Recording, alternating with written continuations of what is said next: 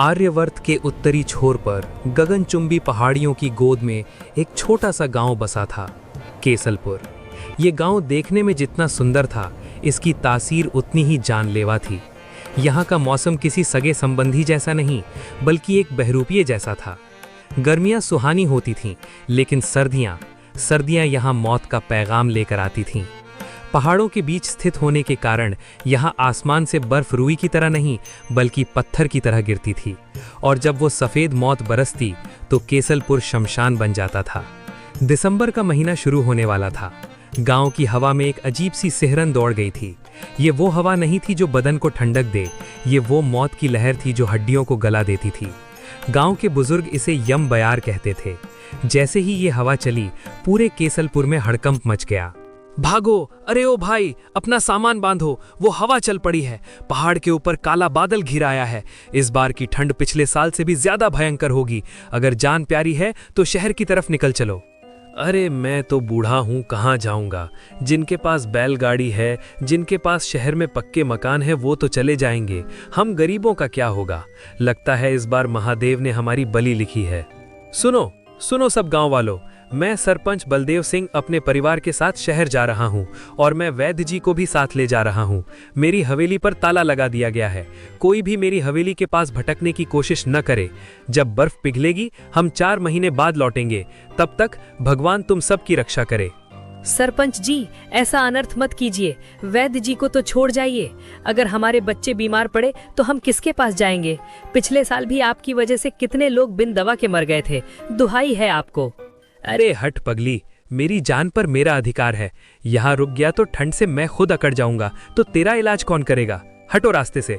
गाड़ीवान, गाड़ी बढ़ाओ। धूल और कोहरे के गुबार में अमीरों की गाड़ियां और बैलगाड़ियां गांव से निकल गईं। पीछे रह गए तो बस वो बदनसीब, जिनका इस दुनिया में केसलपुर की उस पथरीली जमीन के अलावा और कोई ठिकाना नहीं था। इन्हीं बदनसीबों में एक परिवार था, रेवती काकी का परिवार। रेवती काकी एक ऐसी माँ जिसने पिछले साल इसी ठंड में अपने पति को खो दिया था। अब उसके पास जीने का सहारा बस उसके 3 बेटे थे। सबसे बड़ा गजराज, उससे छोटा धीरज, और सबसे छोटा, जिसकी उम्र अभी महज 18 साल थी, गोविंद। गजराज और धीरज की शादी हो चुकी थी और उनके अपने अपने बच्चे थे, लेकिन गोविंद अभी कुंवारा था और अपनी माँ का सबसे लाडला था। गजराज बड़ा भाई।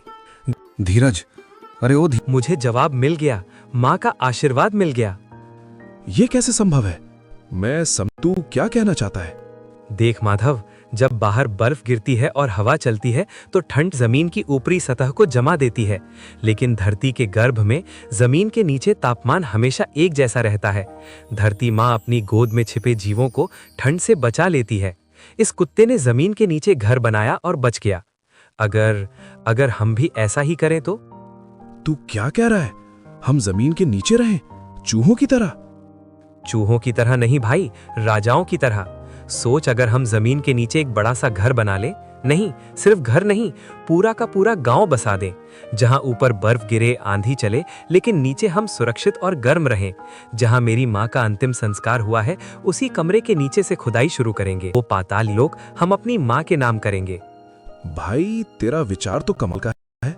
विज्ञान भी यही कहता है कि जमीन के नीचे इंसुलेशन होता है, लेकिन ये काम बहुत मुश्किल है। इसमें सालों लग जाएंगे। और तेरे भैया गजराज और धीरज भैया क्या तुझे अपने घर में गड्ढा खोदने देंगे। मुझे नहीं पता कितना वक्त लगेगा या कौन साथ देगा, लेकिन अब मैंने ठान लिया है, मैं जमीन का सीना चीर कर एक नई दुनिया बसाऊंगा। तू मेरा साथ देगा ना माधव। भाई, तू आधी रात को भी आवाज देगा तो मैं खड़ा मिलूंगा। जान लगा देंगे, पर तेरा ये सपना पूरा करेंगे। चल, आज ही से योजना बनाते हैं। उस दिन उस कुत्ते की छोटी सी बिल ने गोविंद को एक ऐसा विचार दिया जो आने वाले इतिहास को बदलने वाला था।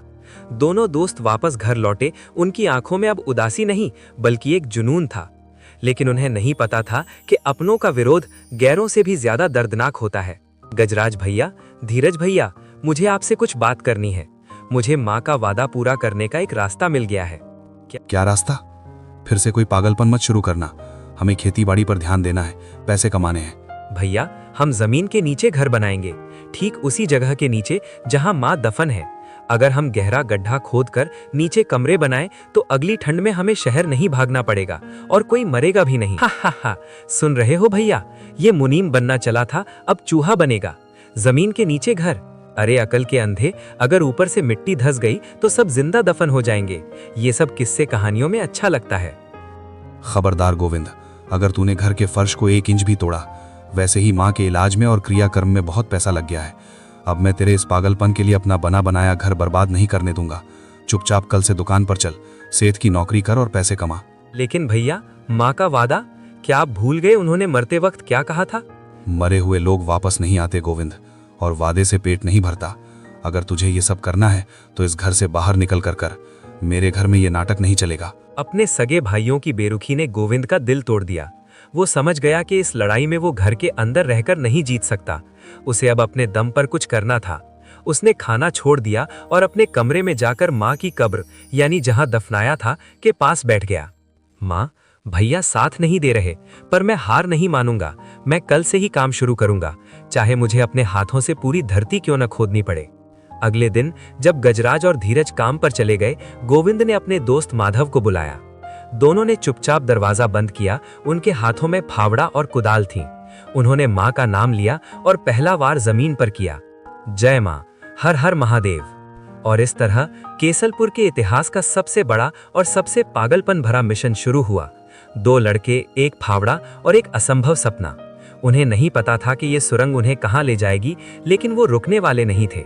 ये तो बस शुरुआत थी, असली इम्तिहान तो अभी बाकी। पार्ट 2 देखने के लिए नीचे दिए गए लिंक पर क्लिक करें।